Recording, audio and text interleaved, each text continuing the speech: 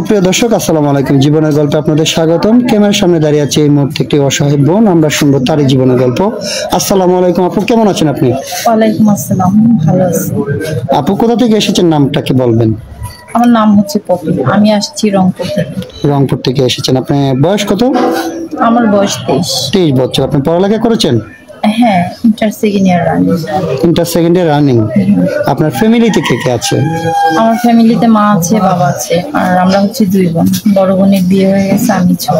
আপনার বড় কোনো ভাই নেই? না ভাইয়া, আমার কোনো ভাই আচ্ছা নেই। ঠিক আছে, আপনি ছোট, আপনার বড় বোনের বিয়ে হয়ে গেছে। তো আপনার বাবা কি করছেন বর্তমানে? আব্বু এখন বর্তমানে কোনো কিছু করে না। আচ্ছা, আপনার বাবা কিছু করছে না, আপনার বড় কোনো ভাই নেই, তাহলে আপনার সংসার চালায় কে? চলে আত্মীয় স্বজন, খালারা, খালাতো ভাই, মানে ওনাদের সাহায্যের মাধ্যমে আপনাদের সংসারটা চলতেছে। সাহায্য করে, হ্যাঁ। আচ্ছা, যখন ওনারা আপনাদের সাহায্য না করে তখন তো চলতে খুব কষ্ট হয়ে যায়, তাই না? হ্যাঁ আচ্ছা ঠিক আছে, বুঝতে পেরেছি আপু। তাহলে আপু আপনি আমাদের ক্যামেরার সামনে কি জন্য আসছেন? ভাইয়া, এখানে আসার কারণ হচ্ছে আমাদের আশেপাশে আরো 2-3টা বোনের বিয়ে হয়েছে, এখান থেকে নাকি যৌতুক ছাড়া বিয়ে হয়, তার জন্য আর কি এখানে আসা। আপনি যৌতুক ছাড়া যে আপনাকে বিয়ে করবে তার কাছে আপনি বিয়ে বসবেন।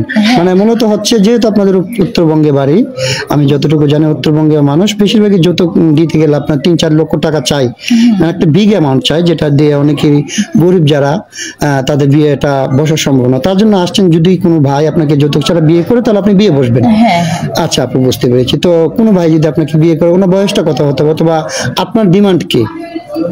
আসলে কি ভাইয়া, বয়স এটা কোনো বিষয় না, কিন্তু তার মন মানসিকতা ভালো হতে হবে। আমি গরিব, সে যদি সেটা মানে গরিব বলে সে যদি গ্রহণ করে নেয়, ইনশাল্লাহ আমি তাকে বিয়ে করবো, কিন্তু মন মানসিকতা ভালো হতে হবে। একটা ভালো মনের মানুষ ছিলেন, মানে বাংলা কথা যেটাকে বলে।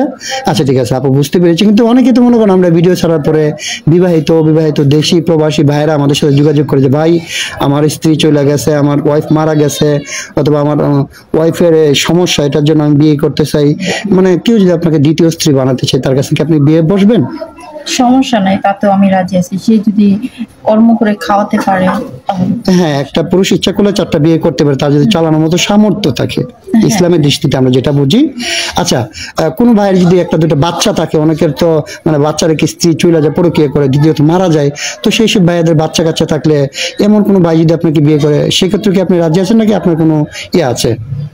সমস্যা নাই। আচ্ছা, বাচ্চা কাচ্চা থাকলে সৎ মায়ের মতো আচরণ করবেন না তো?